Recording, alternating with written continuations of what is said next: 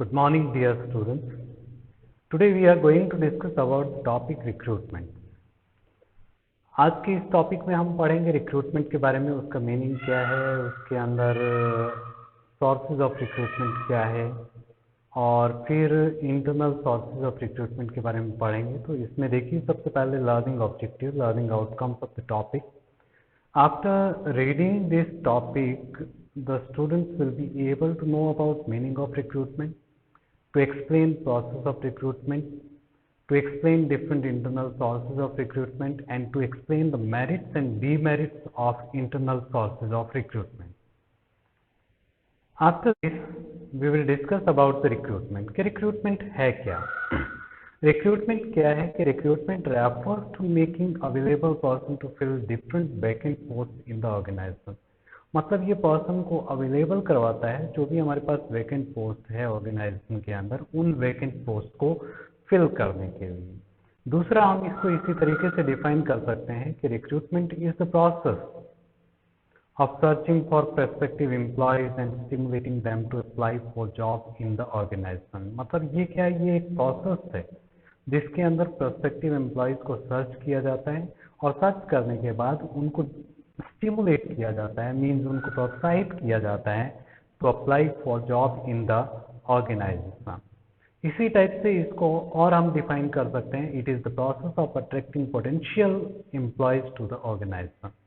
मतलब ये potential employees को ऑर्गेनाइजेशन की तरफ आकर्षित करने की एक प्रक्रिया है जिसको हम रिक्रूटमेंट कहते हैं.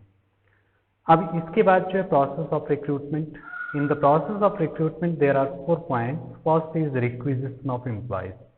मतलब हर एक डिपार्टमेंट या फिर डिवीजन जो है जिसमें एम्प्लॉयज की ज़रूरत है, they will identify the vacant post कि उनके डिपार्टमेंट में या उनके डिवीज़न में कौन कौन सी पोस्ट वैकेंट है और उसके आधार पे जो है कितने एम्प्लॉयज़ की ज़रूरत है, इस चीज़ का एस्टिमेशन किया जाता है. और जैसे ही ये एस्टिमेशन हो जाता है तो उसके बाद जो है जितने एम्प्लॉयज़ की ज़रूरत है, the number of employees required that will be inform to the personnel department so that they can do the process of recruitment.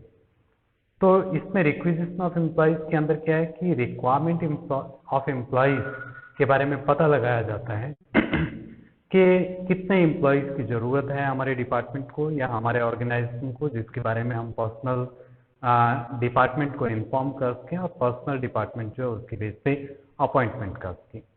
उसके बाद जो है identification of the sources of recruitment. जैसे ही हम रिक्वायरमेंट के बारे में पता लगा लेते हैं कि हमें इतने एम्प्लॉयज़ की ज़रूरत है, तो उसके बाद हम सोर्सेज ऑफ रिक्रूटमेंट के बारे में पता लगाना चाहेंगे, उसको आइडेंटिफाई करना चाहेंगे कि हम किस रिक्रूटमेंट सोर्स का यूज़ करते हुए हम रिक्रूटमेंट करना चाहते हैं. मींस नंबर ऑफ एम्प्लॉयज़ जो हमने रिक्विजिशन दी है उन एम्प्लॉयज़ को किस सोर्स के थ्रू अपॉइंट करना है या रिक्रूट करना है.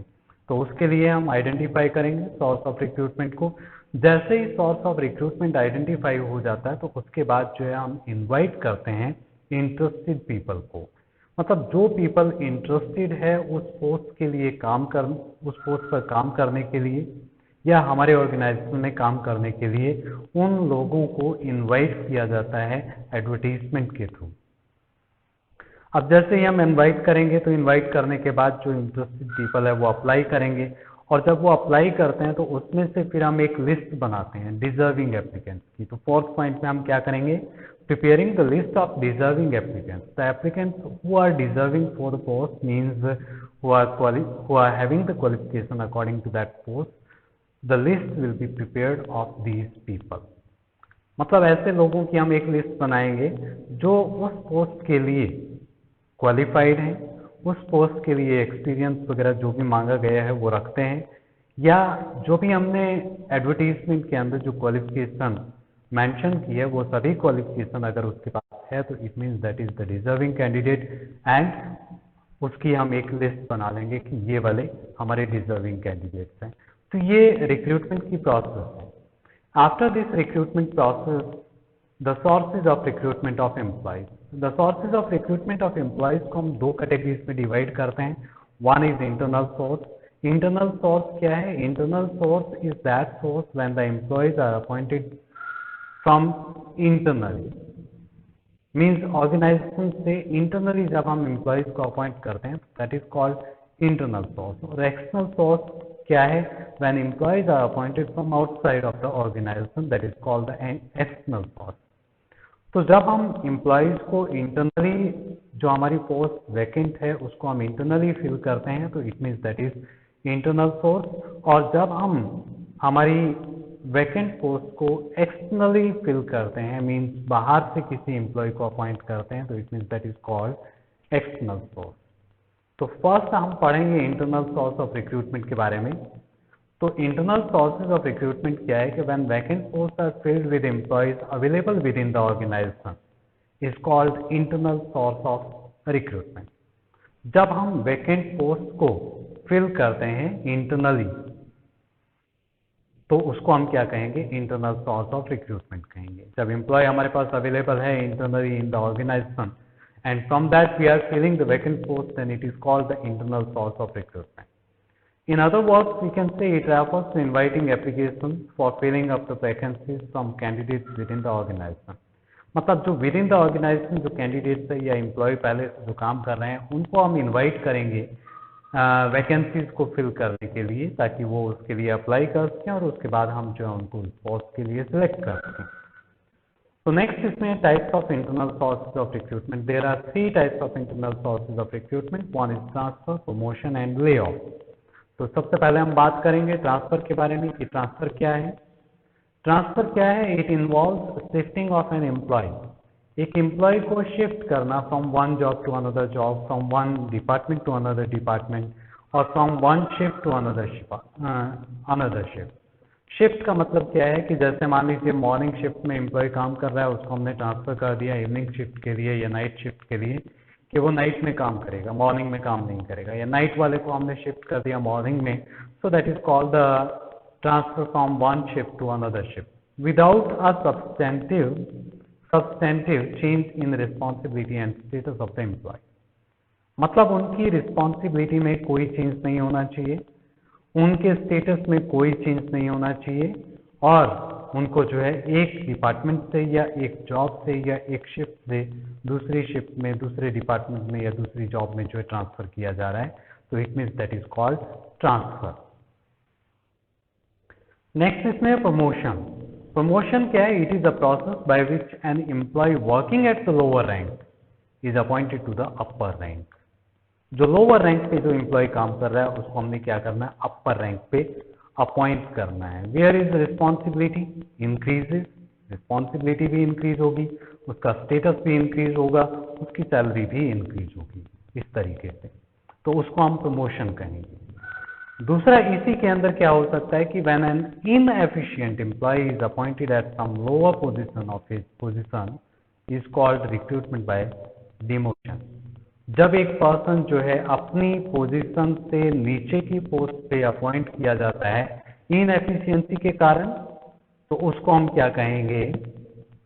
रिक्रूटमेंट बाय डिमोशन कहेंगे। मींस डिमोट कर दिया गया है उसको अपर पोस्ट से लोअर पोस्ट पे। नेक्स्ट इसमें है lay off. Lay off means क्या है कि temporary separation of employee from a employer on the initiative of the letter.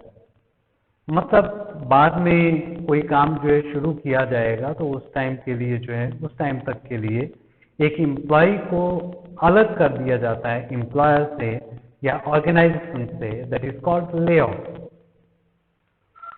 तो दोनों के बीच में क्लियर अंडरस्टैंडिंग होती है एम्प्लॉयर और एम्प्लॉय के बीच में कि जैसे ही कार्य शुरू होगा, जैसे ही वर्क स्टार्ट होगा तो उस एम्प्लॉय को प्रेफरेंस दी जाएगी जिसको हमने सेपरेट किया है बिजनेस ऑर्गेनाइजेशन से या जिसको हमने अलग किया है बिजनेस ऑर्गेनाइजेशन से। So preference will be given to that employee and in this way by recalling laid off employee, जो एम्प्लॉय लेड ऑफ हो चुका है मीन सेपरेट हो चुका है टेम्पोरेरीली ऑर्गेनाइजेशन से, तो उसको हम रिकॉल करते हैं और रिकॉल करके हम वैकेंट पोस्ट को फिल कर लेते हैं। और दिस ले ऑफ जो है वो किसके कारण होता है? Due to lack of work. जब वर्क में कमी आ जाती है, जब काम कम हो जाता है ऑर्गेनाइजेशन के पास तो एम्प्लॉय जो है सरप्लस में हो जाते हैं और जब एम्प्लॉयज सरप्लस में हो जाते हैं तो ऐसे एम्प्लॉयज को जो है टेम्पोरेरीली सेपरेट कर दिया जाता है बिजनेस ऑर्गेनाइजेशन से। उनको कहा जाता है कि आपको कुछ टाइम के लिए जो है अलग किया जा रहा है, अभी हमारे पास काम नहीं है, जैसे ही काम होगा हम आपको बुला लेंगे। तो that is called lay off. तो इसमें हमने जो है 3 सोर्सेज पढ़े इंटरनल रिक्रूटमेंट के। One is transfer, second one is promotion and third one is lay off. उसके बाद the merits of internal source of recruitment.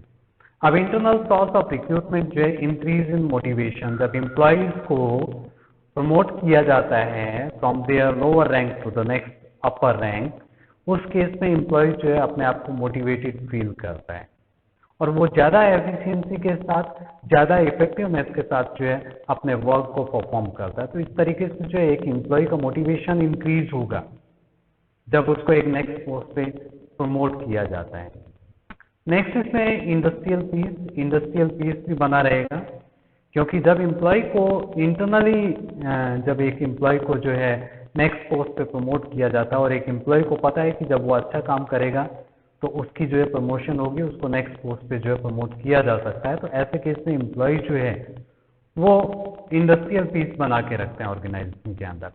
Means management और एम्प्लॉयज के बीच में जो है किसी प्रकार के कॉन्फ्लिक्ट की पॉसिबिलिटी उस केस में नहीं रहती है। नेक्स्ट है इसमें इजी सिलेक्शन। जब हम सिलेक्शन इंटरनल सोर्स से करते हैं तो हमें सब चीज़ों के बारे में पता होता है।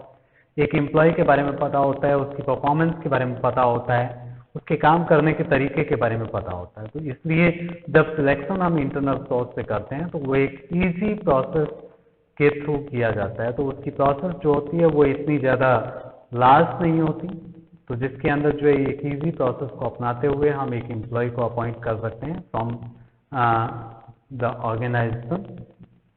तो इसलिए इजी सिलेक्शन है। एंड नेक्स्ट पॉइंट इसने कहा है कि नो नीड ऑफ इंडक्शन। जब एक एम्प्लॉय इंटरनली अपॉइंट किया जाता है, it means he knows everything about the business organisation. तो उस ऑर्गेनाइजेशन के बारे में उस एम्प्लॉय को सब कुछ पता है, तो इसलिए उसको फिर से इंट्रोड्यूस करवाने की जरूरत नहीं है about the organisation, because he knows everything. Next इसमें एडजस्टमेंट ऑफ सरप्लस एम्प्लॉयज। अगर किसी डिपार्टमेंट के अंदर एम्प्लॉयज सरप्लस हो जाते हैं तो उन एम्प्लॉयज को हम ट्रांसफर के माध्यम से दूसरे डिपार्टमेंट में जहां एम्प्लॉयज की जरूरत है उस डिपार्टमेंट में हम उनको जो एडजस्ट कर सकते हैं। उनकी स्क्रूटनी रिट्रेचमेंट करने की बजाय उनको हम क्या कर सकते हैं, किसी दूसरे डिपार्टमेंट में जहां उनकी जरूरत है हम एडजस्ट कर सकते हैं। तो ये इसके एडवांटेज थे, मेरिट्स थे। उसके बाद इकोनॉमिकल सोर्स भी है, ये सस्ता सोर्स भी है in comparison to the external source. इसके अंदर कॉस्ट कम आती है। नेक्स्ट इसमें limitations of internal source of recruitment. First इसमें stop the entry of young blood. अब एक ऑर्गेनाइजेशन जो है उसमें नई टेक्नोलॉजी जो है, नई टेक्नोलॉजी के बारे में जो नए लोग हैं या यंग ब्लड पीपल है वो ज़्यादा अच्छे से जानते हैं। जो एम्प्लॉयज ऑलरेडी उस बिजनेस ऑर्गेनाइजेशन के अंदर काम कर रहे हैं, they don't know properly about that new technology. तो इस तरीके से नई टेक्नोलॉजी के बारे में जो नॉलेज हमारे बिजनेस ऑर्गेनाइजेशन के अंदर आनी चाहिए थी through the young blood, through the young people, तो ये जो इंटरनल सोर्स ऑफ रिक्रूटमेंट है that stops the entry of young blood. और जैसे ही entry of young blood stop होगा तो उसकी वजह से क्या होगा, हमारे बिजनेस के अंदर जो न्यू टेक्नोलॉजी आनी चाहिए थी वो नहीं आ पाएगी, या नॉलेज जो एनहांस होना चाहिए था एम्प्लॉयज का वो नहीं हो पाएगा। Employees become lethargic. इस मैथड के थ्रू जो है एम्प्लॉयज लिथार्जिक भी बन जाते हैं। इंटरनल सोर्स से जब एम्प्लॉयज की रिक्रूटमेंट की जाती है तो एम्प्लॉयज ये समझते हैं कि हमारा प्रमोशन तो होना ही होना है, डेफिनेटली होना है। जब डेफिनेट वर्ड वहां पे आ जाता है तो इट मीन्स वो फिर जो है अपने काम के प्रति उतने डेडिकेटेड नहीं रहते हैं, वो लिथार्जिक हो जाते हैं, आलसी हो जाते हैं अपने काम के प्रति। तो जिसकी वजह से जो बिजनेस ऑर्गेनाइजेशन है उसकी प्रोडक्टिविटी अफेक्ट होती है। And not available in new organization. जो न्यू ऑर्गेनाइजेशन स्टैब्लिश हुआ उसमें पुराने एम्प्लॉयज तो है नहीं जिनको हम प्रमोट कर सकें। अभी नया बिजनेस ऑर्गेनाइजेशन स्टैब्लिश हुआ है तो नए तरीके से उसके अंदर जो है रिक्रूटमेंट होगी, और नए तरीके से अगर रिक्रूटमेंट होगी तो इट मीन्स एम्प्लॉयज को जो है प्रमोट नहीं किया जा सकता, उसमें आउटसाइडर्स या एक्सटर्नल सोर्स ऑफ रिक्रूटमेंट का ही यूज किया जाएगा, क्योंकि पुराने एम्प्लॉय नहीं है जिनको प्रमोट किया जा सके। And sense of competition among employees hampered, अब नए एम्प्लॉय आएंगे तो नई टेक्नोलॉजी आएगी, नई टेक्नोलॉजी आएगी तो कंपटीशन बढ़ेगा पुराने एम्प्लॉयज के बीच में और नए एम्प्लॉयज के बीच में। जब हम इंटरनल सोर्स ऑफ रिक्रूटमेंट का यूज कर रहे हैं तो हमने जो है एक्सटर्नल सोर्स को वहां पे स्टॉप कर दिया, रोक दिया है।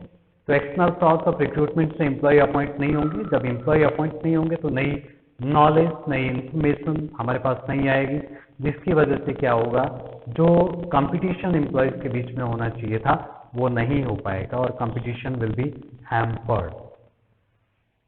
And frequent transfer hit productivity negatively, जब एक एम्प्लॉय को फ्रीक्वेंटली ट्रांसफर किया जा रहा है, लगातार ट्रांसफर किया जा रहा है आफ्टर सम टाइम, ऐसे केस में क्या होगा, वो प्रोडक्टिविटी को अफेक्ट करेगा और नेगेटिवली अफेक्ट करेगा, मींस प्रोडक्टिविटी जो है वो डिक्रीज होगी।